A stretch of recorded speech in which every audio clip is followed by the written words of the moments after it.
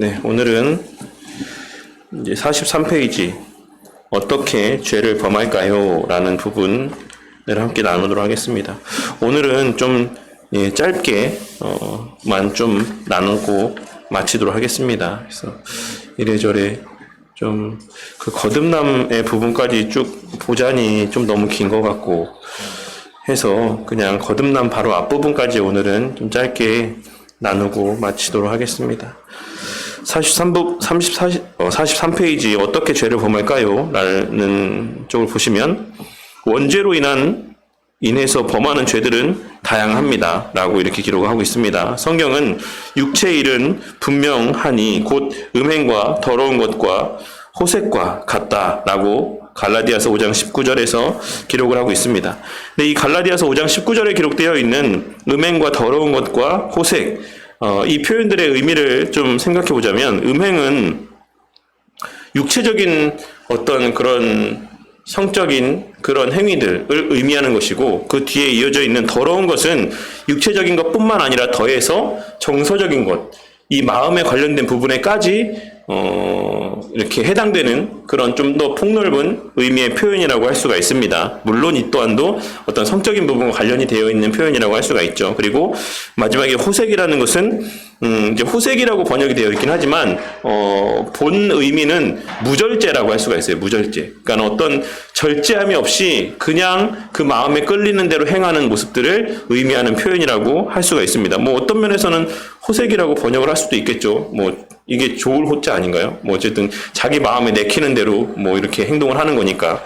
그러니까 그래서 이제 첫째 음행에는 육체적인 의미가 강조되어 있고 더러운 것에는 정서적, 어떤 도덕적, 어떤 심리적, 마음적 이런 의미들이 담겨져 있고 이제 호색에는 절제가 없다라고 하는 의미들이 담겨져 있다라고 할 수가 있습니다. 그런데 우리가 성경에서 이런 죄에 대해서 언급을 할 때 주로 그 모든 내용들이 물론 어떤 물질적인 탐욕에 어떤 초점이 맞추어져서 죄에 대해 언급되고 있는 부분들도 있긴 하지만 주로 대부분의 내용들이 어떤 성적인 부분들, 이성과의 관계되어 있는 부분들 이런 부분들에 좀 초점이 맞추어져 있는 것을 쉽게 발견할 수 있으실 거라고 생각합니다. 그 외에 성경에서는 죄와 관련된 부분들을 이야기할 때 이와 같은 어떤 성적인 부분에 있어서 유독 집중을 해서 그것을 죄라고 이야기를 하고 있는 것이겠습니까? 그것에 대해서 한번 생각해 본 적 있으세요?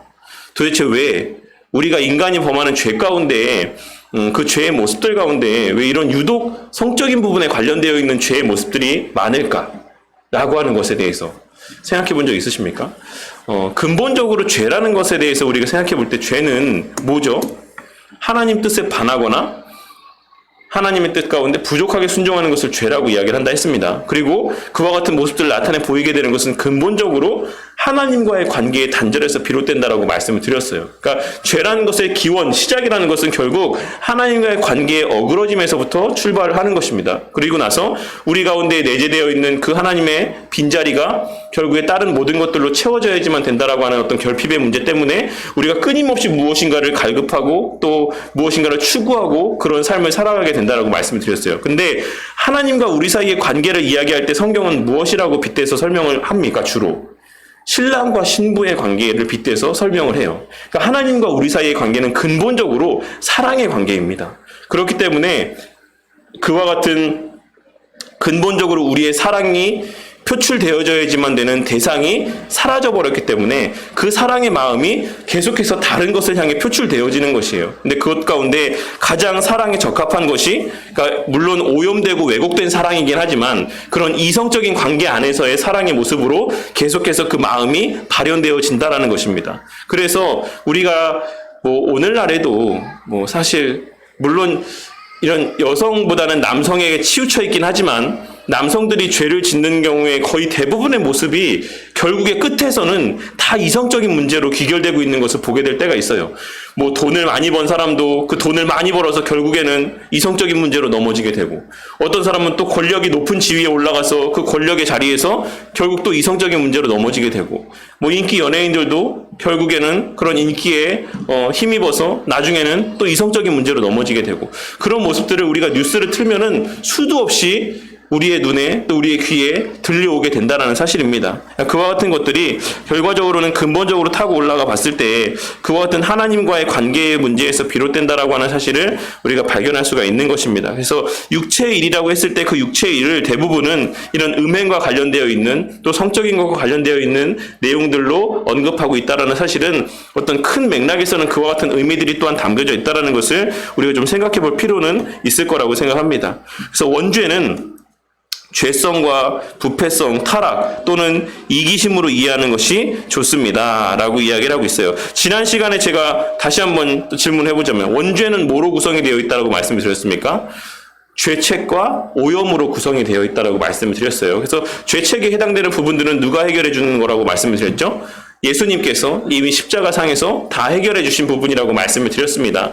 근데 그럼에도 불구하고 거듭난 자들에게도 남아있는 것들이 있죠. 오염된 본성은 여전히 이 땅에 살아가는 가운데 남아있는 것이다라고 할 수가 있어요. 그 오염된 본성을 우리 안에 내주하시는 성령 하나님께서 날마다 조금씩 거룩하여져 가게 만들어 가시는 것이다. 우리가 그것을 성화라고 이야기한다라고 말씀을 드렸습니다. 그래서 지금 여기서 원죄는 죄성, 부패성, 타락 또는 이기심으로 이해하는 것이 좋습니다. 라고 했을 때 이 의미는 그럼 뭐겠습니까? 이 원죄를, 뭘 의미하는 원죄를 이제 이야기하고 있는 걸까요?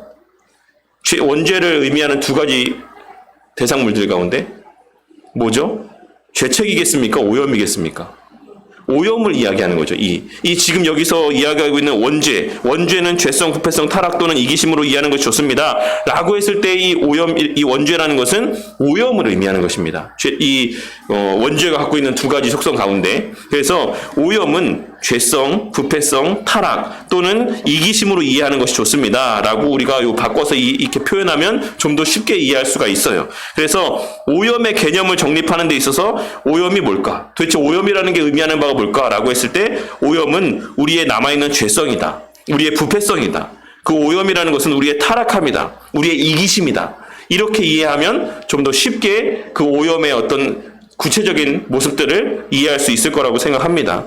그래서 원죄는 영의 기능을 부추겨서 죄들을 짓게 합니다. 그러니까 이 원죄라고 했을 때 이것도 당연히 이 오염된 본성을 이야기하는 겁니다. 이 오염된 본성은 영의 기능을 부추겨서 죄들을 짓게 합니다. 여기서 죄들이라고 이야기하고 있죠. 이 죄들이라고 했을 때 복수의 개념으로서의 죄는 뭐라고 말씀드렸죠?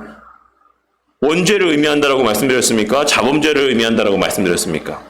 자범죄를 의미한다라고 말씀을 드렸죠. 그래서 이 원죄, 이 오염된 본성이 지난 시간에도 말씀을 드렸지만 자범죄들을 짓게 만든다라고 할 수가 있는 겁니다. 그래서 경건한 사람들은 죄들과 싸우기보다 죄와 싸워야 됩니다. 그러니까 이게 무슨 의미일까요? 여기서 죄는 뭐죠? 죄들은 뭡니까? 죄들은 자범죄. 죄는 뭐죠? 원죄. 그 원죄는 또 여기서 뭘로 대치해서 이해할 수 있다고 말씀드렸죠? 오염된 본성. 그러니까는 경건한 사람은 자범죄와 그런 개개별들의 모든 개별의 자범죄, 음욕을 품거나 탐심을 품거나 어떤 도둑질을 하거나 여러 가지 그런 개별적인 죄들과 싸우는 게 아니라 근본적으로 그 오염된 본성과 싸워야 된다는 것을 이야기하고 있는 것이에요.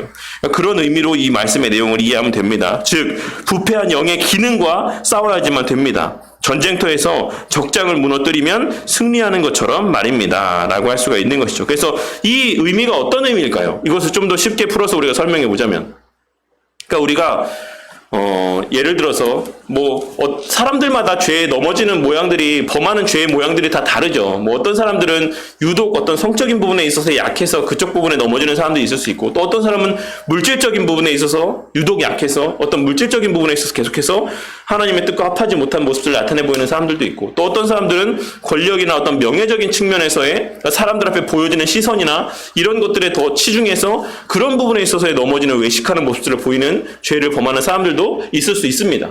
그런데 여기서 말씀하고 있는 것, 그러니까 이야기하고 있는 것, 우리가 죄를 지을 때 그런 어떤 구체적인 결과적인 죄의 모습들에 집중하기보다는 그 오염된 본성에 집중해야 된다는 것은, 그러면 우리가 왜 그런 죄에 넘어지는가를 생각해 봐야지만 된다는 것이에요. 내가 왜 그러면 유독 이런 명예나 어떤 사람들의 시선을 왜 이렇게 의식할까?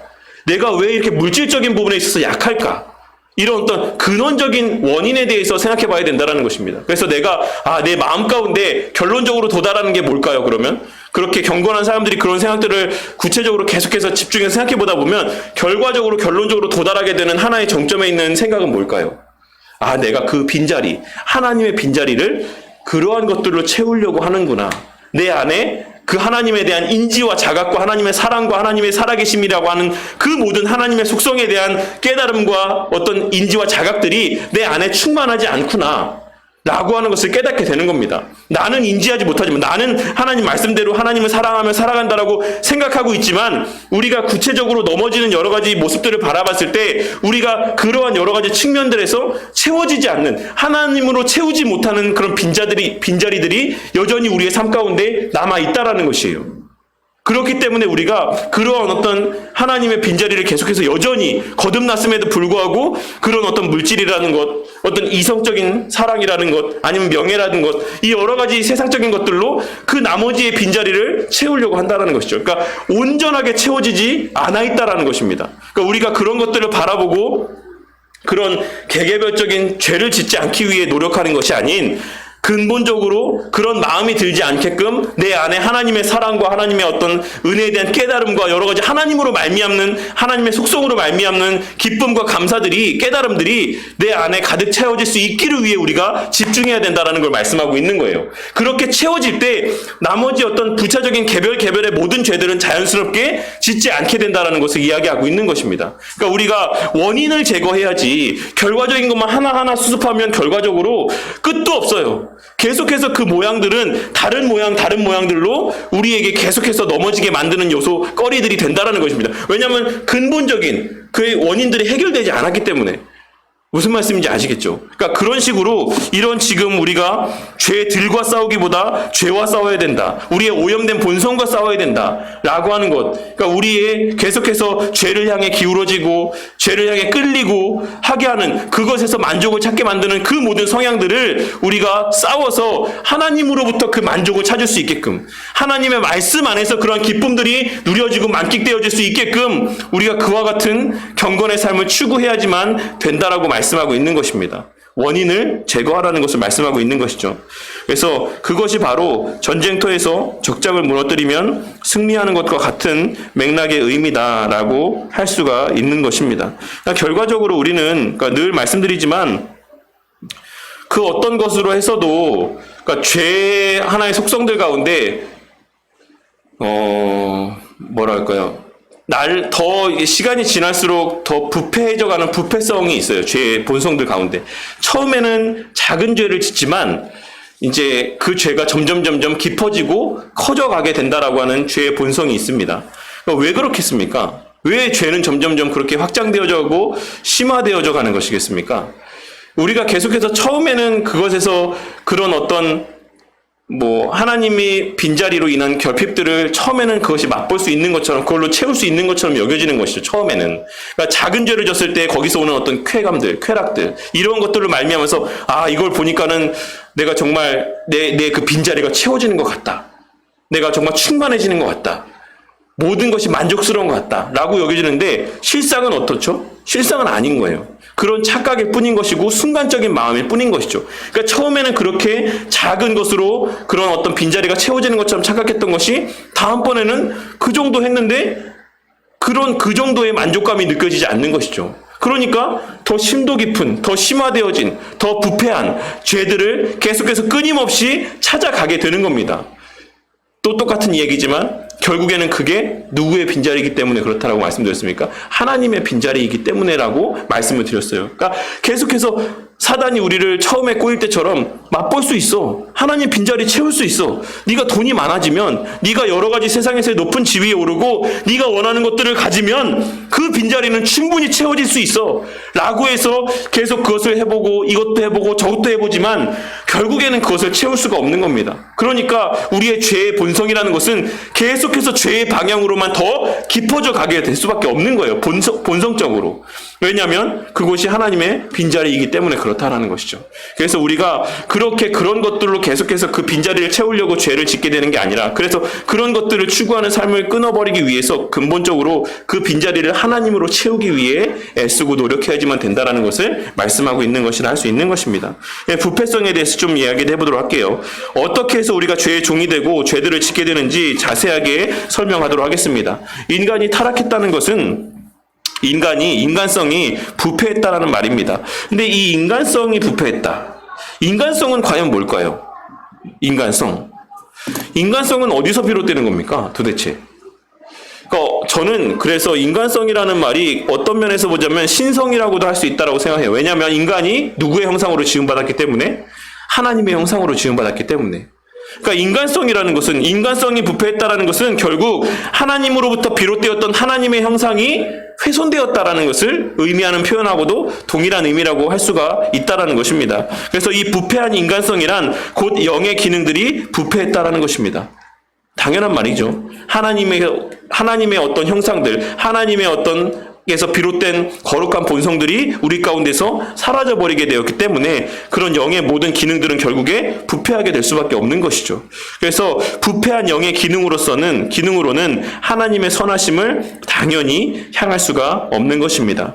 이 일에 있어서는 전적으로 무능합니다. 여전히 지능이 있어서 공부를 할 수 있고 운동신경도 남아있어서 우수한 운동선수가 될 수도 있죠. 여러 가지 부분적인 하나님의 형상으로서의 부분적인 모습들이 남아있긴 합니다. 완전하게 배제되어 있는 전적 무능력, 전적 타락이 정도의 의미를 말씀드리는 게 아니라고 이미 예전에 여러 번 말씀드렸어요. 전적 타락, 전적 무능력은 뭡니까? 어떤 면을 얘기하는 거라고 말씀드렸죠? 정도를 의미하는 게 아니고 범위를 의미하는 거라고 말씀드렸습니다. 그거를 착각하시면 안 돼요. 그래서 우리가 여전히 여러 선해 보이는 행실들도 할 수가 있죠.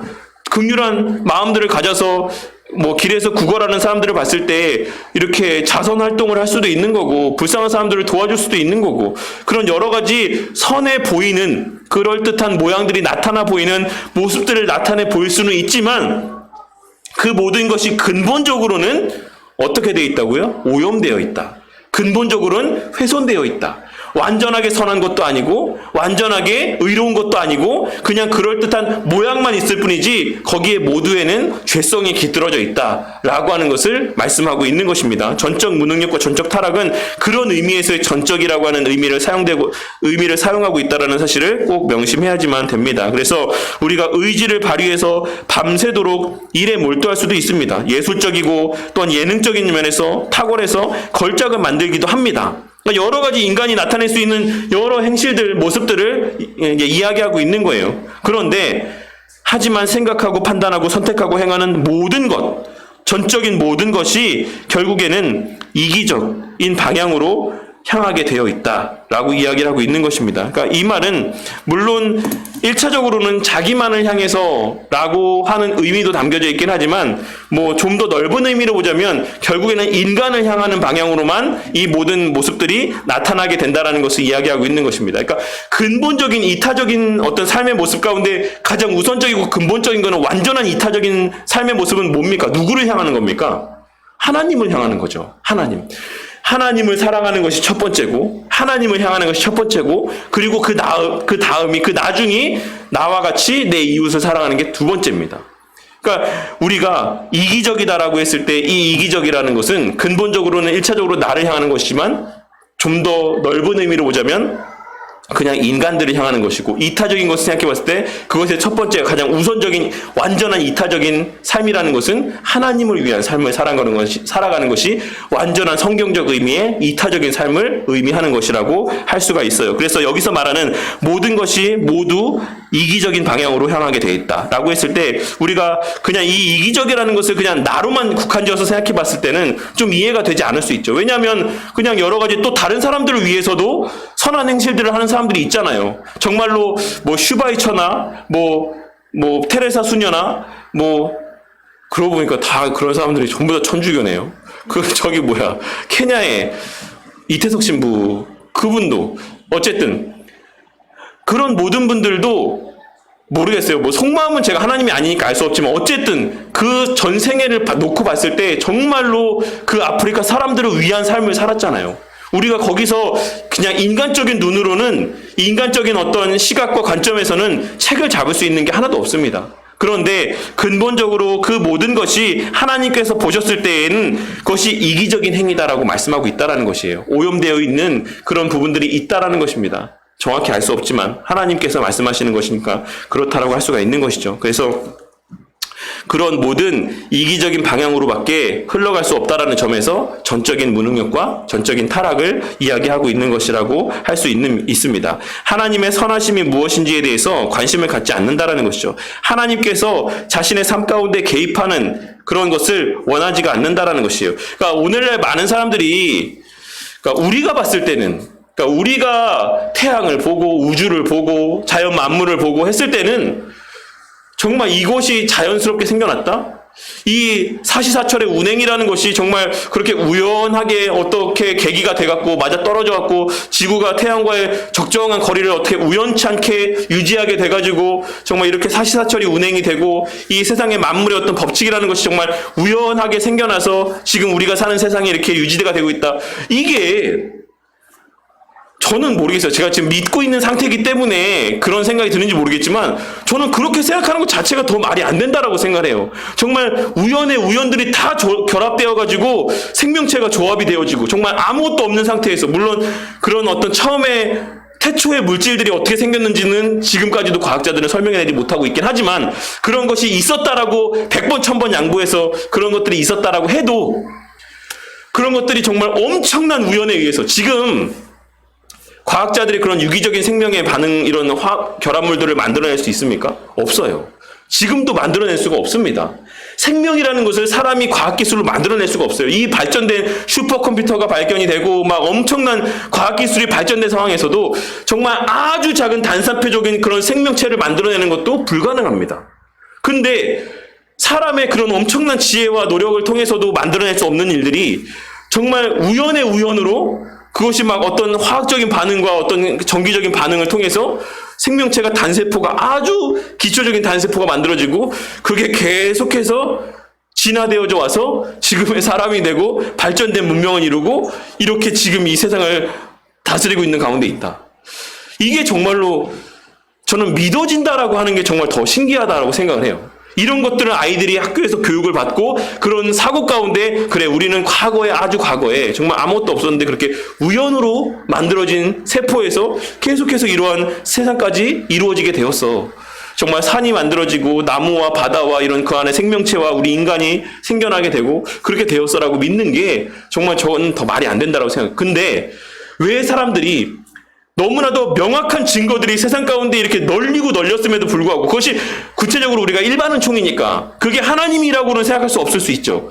그것이 구체적으로 하나님이다, 하나님이 만드셨다 라고 하는 것까지는 우리가 이해할 수 없다 치더라도 신이라고 하는 존재, 절대자라고 하는 존재에 대해서 물론 일부의 사람들은 인정하긴 하지만 절대 다수의 사람들이 왜 그것을 인정하지 않는가? 왜 절대 다수의 사람들이 그것을 우연으로만 치부하려고 하는가? 그 이유가 무엇이라고 생각하십니까? 왜 사람들이 눈에 보여지는 이 엄청난 신앙이 없는 사람이라고 할지라도 산을 보면서, 자연을 보면서, 야 우리가 뭐 얼마 전에 저기 그 산에 올라갔다, 에베레스트 산인가요? 어디 올라갔다가 왜 손 없으신 그 산악가 분이 이제 조난당해서 돌아가셨잖아요. 근데 그분의 이제 그런 분들, 이제 산악인들을 향해서 이야기하는 그런 분들을 표현할 때 뭐 산을 정복한다 라는 이야기할 때 꼭 거기에 달리는 댓글들이 있어요.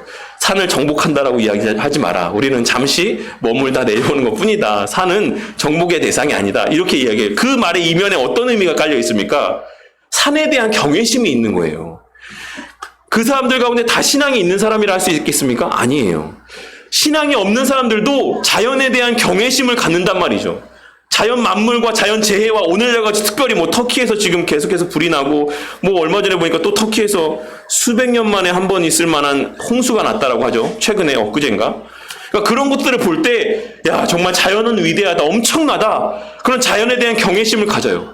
모든 사람이 그걸 보면서. 그럼에도 불구하고 절대자에 대해서까지는 생각을 하지 않는단 말이죠. 왜 그런 것 같습니까? 그게 바로 오늘 이 하나님이 자신의 삶 가운데 개입하는 것을 원하지 않기 때문에 그렇다는 것이에요. 이게 무슨 말이냐면 우리가 창조주나 어떤 절대자를 인정하는 순간 그 다음부터 우리는 어떻게 됩니까? 그 절대자와 창조주의 구속된 삶을 살게 돼요. 앞서 우리가 처음에 이 십계명의 말씀을 나누면서 서문에서 하나님께서 뭐라 말씀하셨죠? 내가 너를 애굽 땅에서 인도하여 낸 너의 하나님이다. 그러니까 이제부터 내가 이야기하는 것들 너희들은 다 들어야 돼. 우리가 노예나 종들에 대해서 권위를 그 주인이 발휘할 수 있는 이유가 뭡니까? 정당한 대가를 지불하고 그 노예에 대한 권리를 샀기 때문에 그래요. 구속되어 있기 때문에 그렇습니다. 마찬가지로 우리가 누군가에 의해서 창조된 피조물이다. 누군가가 어떤 대상이 우리를 창조했다 라고 하는 사실을 인정하는 순간 우리는 그 창조주에 귀속되게 되고 구속되게 됩니다. 근데 인간은 어떻죠? 인간의 본성이라는 것이 내 마음대로, 내 뜻대로, 내 원대로 사는 게 인간의 본성이에요. 그 내재되어 있는 본성이 어떻게 해서든지 내가 아무리 눈에 그 모든 증거들이 다 보여줘도 나는 못 믿겠다. 나는 인정할 수 없다라고 하는 반응을 이끌어내는 겁니다. 그 이기적인 본성들이. 아시겠어요? 하나님이 바꿔 얘기하면 어떤 절대자, 창조주가 자신의 삶 가운데 개입하는 것을 원하지 않는 거예요.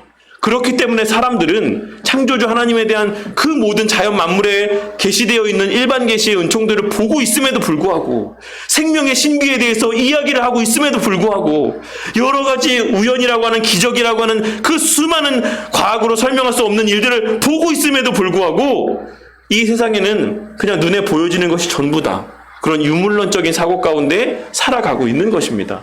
의도적으로 자기의 마음을 그쪽에 기울이면서 살아가고 있는 것이에요. 그것이 우리 타락한 인간의 본성적인 모습이다라는 것입니다. 그러니까 하나님이 자신의 삶에 개입하는 것을 원하지 않기 때문이라는 사실을 우리가 늘 명심하고 살아가야지만 되겠습니다.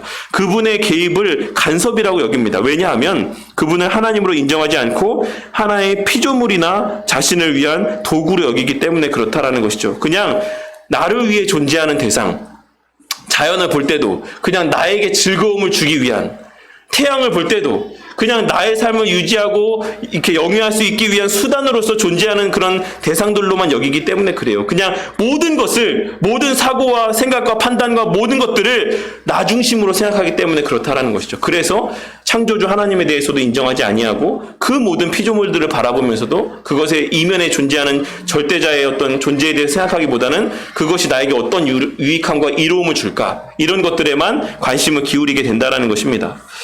그리고 영의 기능에 대해서 또 보도록 할게요. 영의 기능 중에 대표적인 것 두 가지는 마음과 심정입니다. 그래서 마음에는 지성과 이성과 오성 또 나왔죠. 지난번에 우리가 한참 얘기했던 지성과 또 이성과 오성에 대해서 나왔습니다. 그때 혹시 얘기한 거 기억나세요?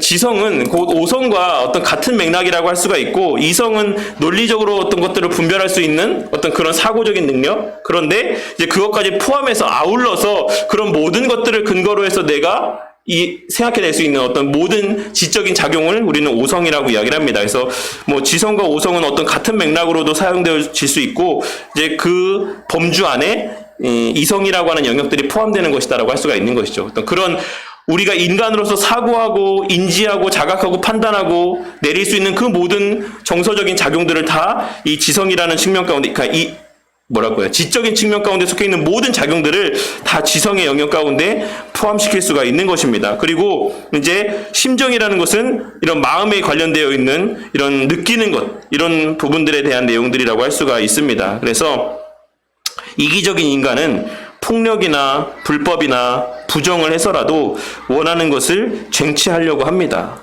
왜냐하면 그 삶 자체가 이기적이기 때문에 그래요.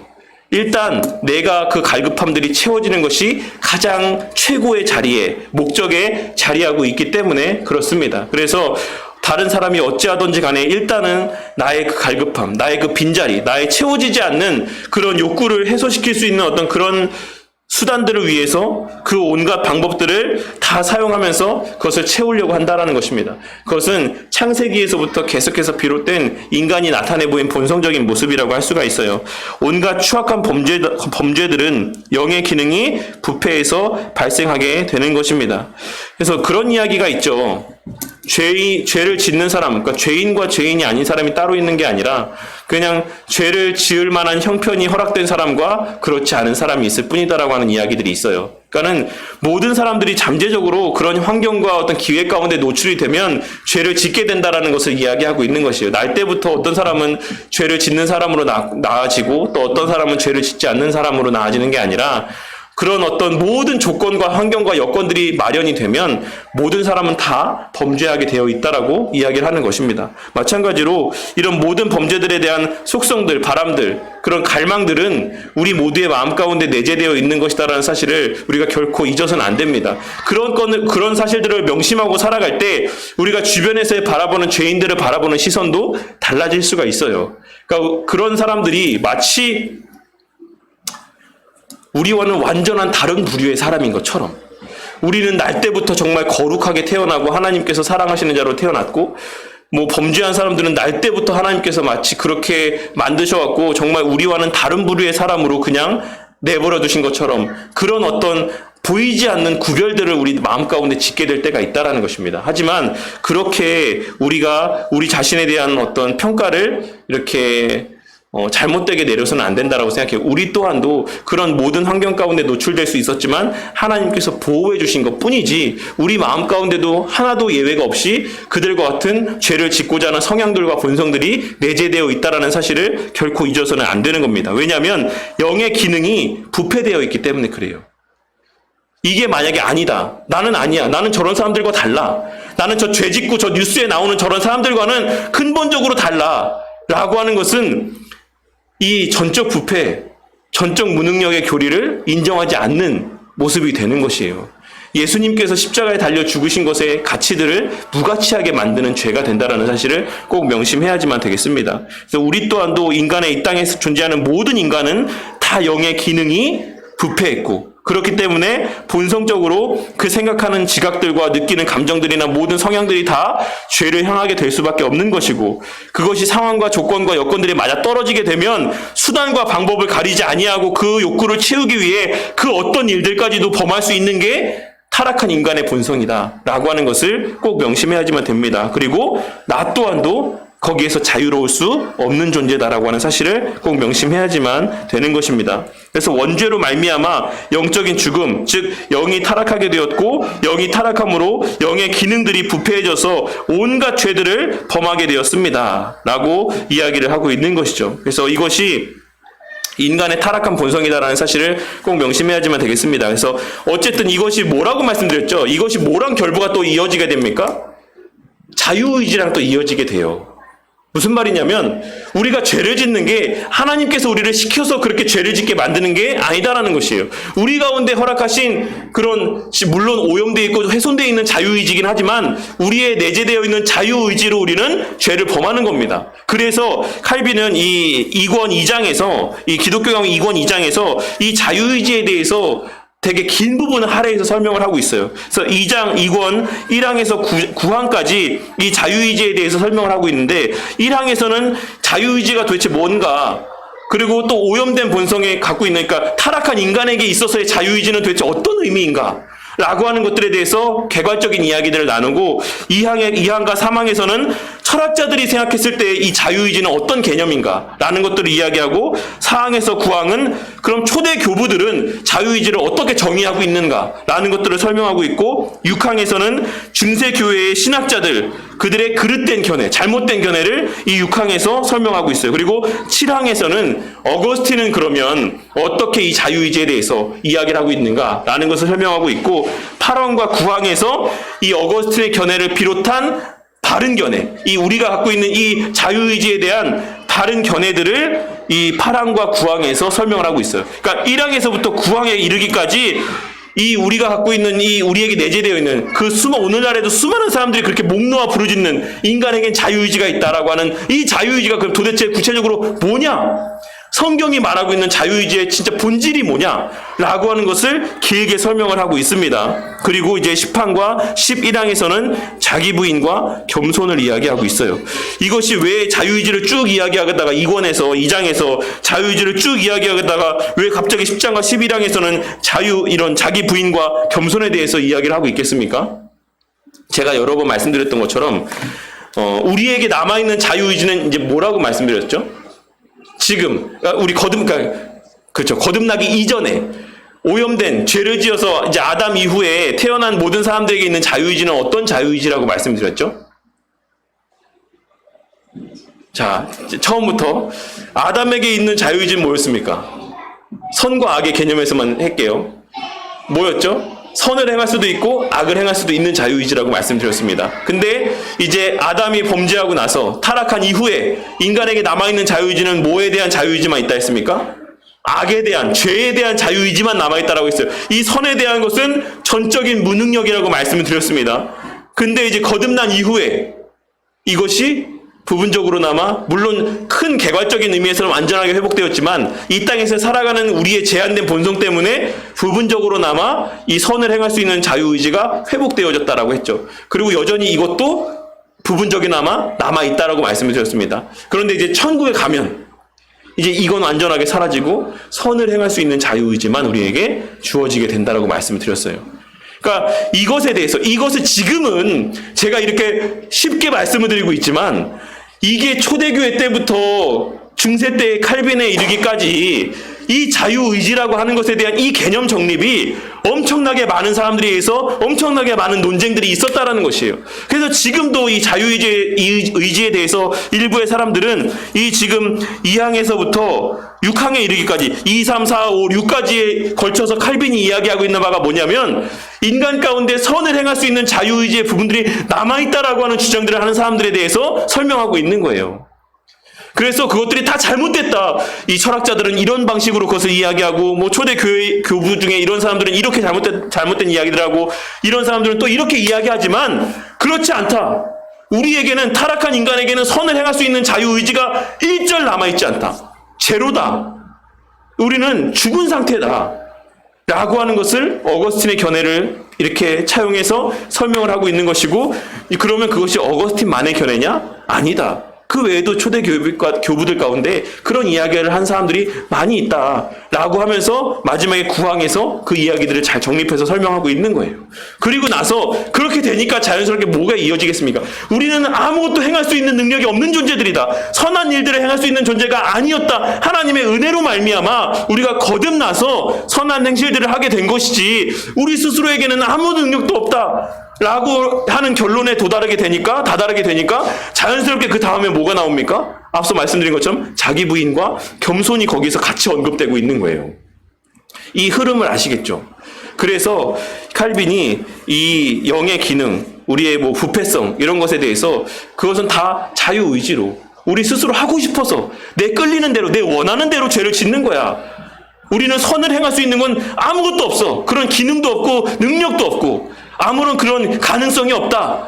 그러니까 우리는 그저 하나님 은혜로 말미암아 선을 행할 수 있게 된다라고 하는 것에 대한 감사가 있어야 되는 거고 겸손해야지만 된다. 자기 부인이 있어야지만 된다라고 이야기를 하고 있는 것입니다. 그리고 이어서 이제 그러면 어떻게 우리에게 그와 같은 은혜들이 부어지는 것인지, 왜 죄만 지을 수 있는 그런 우리가 어떻게 이제 선을 행할 수 있게 된 것인지에 대한 그런 내용들을 2권 3장에서 이제 설명하고 있는 것이죠. 거듭남에 대해서, 우리의 중생에 대해서 설명을 하고 있는 겁니다. 그래서 다음 시간에는 이제 거듭남에 대해서, 거듭남의 신비와 또 성경적인 거듭남에 대한 가르침이 어떤 의미인지에 대해서 함께 나누도록 하겠습니다. 오늘 나눈 부분들 가운데서 혹시 이해가 되지 않는 부분들이 있으십니까? 이해가 되지 않는 부분들. 어쨌든 앞서 지금도 오늘도 보셔서 아시겠지만 앞에서 나눴던 게 또 뒤에서 계속 나와요. 이것도 3권에서도 나오고 4권에서도 나오고 계속해서 모든 신앙은 다 하나에 밀접하게 관련되어 있기 때문에 계속해서 반복적으로 앞에 다뤘던 내용들이 다시금 계속해서 반복이 되어질 겁니다. 그래서 혹시 조금이라도 좀 이해가 되지 않는 부분들은 또 뒤에 가서 언급하면서 또 다른 부분들을 나눌 때 거기서 그 내용들과 함께 이렇게 조화롭게 잘 또 이해가 될 것이다라고 생각합니다. 그래서 기본적인, 우리는 너무 쉽게 알고 있는 것이지만 우리에게는 전적인 부패로 인해서 선을 행할 수 있는 아무런 의지가 남아있지 않다. 선한 의지, 자유의지가 남아있지 않다라고 하는 이 간단한 결론 하나가 내려지기 위해서 수많은 논쟁들과 오랜 시간에 걸친 토의와 그런 논의들이 있었다라고 하는 사실을 기억하시고, 얼마나 우리가 지금 편한 시대 가운데 살아가고 있는지, 정말 은혜와 복이 충만한 시대 가운데 살아가고 있는지를 다시 한번 깨닫게 되는 은혜가 있으시기를 바라겠습니다. 네, 제가 없으시면 기도하고 마치도록 하겠습니다. 하나님 감사합니다. 오늘 이 시간에도 또 하나님의 은혜로 말미암아 정말 부족한 또 종이 또 위대한 우리 신앙의 선배였던 우리 칼빈을 통해 남기신 이 기독교 강요의 내용을 부분적으로나마 함께 또 나눌 수 있게 하여 주심에 감사를 드립니다. 우리가 지금은 너무나도 쉽게 단 한 줄, 두 줄로서 나누는 이 자유의지에 대한 가르침의 내용들이 정말 그 한 줄, 두 줄로 요약되기까지 우리 가운데 증거되어지기까지 정말 수많은 사람들의 피와 눈물과 노력과 수고와 열심들이 그 이면에 자리하고 있다는 사실을 깨닫게 하여 주셔서 우리가 나누는 이 내용들을 결코 가벼이 여기지 아니하고 그것을 귀하게 여기며 우리 삶에서의 실제적인 적용 가운데 우리의 삶이 더욱더 온전하여지는 놀라운 역사가 있게 하여 주시옵소서. 또한 우리가 왜 교리를 배우는가? 우리가 왜 우리 믿음의 선배들이 그와 같은 수고와 노력들을 걸쳐서 우리 가운데 남겨준 이 신앙의 유산들을 왜 공부하는가를 오늘 이 주일 예배 가운데 나눈 말씀을 통해서 다시 한번 되새기게 되는 은혜가 있기를 원합니다. 그저 나는 이것도 알고 저것도 안다 라고 하는 것을 내세우기 위함이 아닌 우리 자신이 먼저 그 진리의 말씀 가운데 굳게 세워짐으로 말미암아 그 어떤 이들과 만난다 하더라도 그들에게 동조하지 아니하고 그들을 이 진리의 말씀 가운데로 인도할 수 있는 그와 같은 가교의 역할을 감당하고 그런 매개체의 역할들을 감당케 하시기 위함이라는 사실을 깨닫고 우리에게 허락하신 그 모든 성경적인 가르침과 깨달음과 지식들을 이기적으로 오용하는 것이 아닌 정말 이타적으로 하나님을 위해 또 하나님의 사랑하시는 나의 이웃들을 위해 선용할 줄 아는 지혜로운 거듭난 자들의 삶을 살아가는 우리 모든 바른교회 성도님들이 되게 하여 주시옵소서. 그리하여 그와 같은 수고와 노력들을 통해 이 교회 가운데 또 하나님의 백성들이 발걸음할 수 있게 하여 주시고 그렇게 날이 갈수록 시대가 악하여져 가고 험난하여져 가는 시대 속에서도 하나님의 구별하여 남기신 거룩한 교회의 그 모임이 그 공동체가 늘 그 명맥을 유지할 수 있도록 자비와 긍휼을 베풀어 주시옵소서. 또 한 주의 삶이 시작이 됩니다. 주님, 우리의 듣게 하신 바, 깨닫게 하신 바대로 이 한 주의 삶을 살아갈 수 있는 의지와 능력, 형편들을 더하여 주셔서 우리의 입술에만 그 진리의 말씀이 머무는 것이 아니라 우리의 행함을 통해서도 삶을 통해서도 우리 주변의 많은 이들 가운데 증거되어질 수 있도록 은혜 베풀어 주시옵소서. 언제나 우리 가족들을 지켜주시고 우리의 기도의 제목들 가운데 귀를 기울여 주셔서 세월이 흐를수록 모든 것이 하나님의 은혜라 고백하게 되는 저와 우리 모든 성도님들 되게 하여 주시옵소서. 특별히 우리 교회에 직면한 또 큰 기도의 제목이 있습니다. 주님께서 선하신 뜻대로 인도하여 주실 줄 믿사오니 무엇보다 늘 어떤 상황 속에서도 감사할 줄 아는 자들이 되게 하여 주시고 또한 만족할 줄 아는 자족의 마음들을 우리 마음 가운데 허락하여 주시옵소서. 감사드리며 우리 주 예수 그리스도 이름 받들어 기도드렸습니다.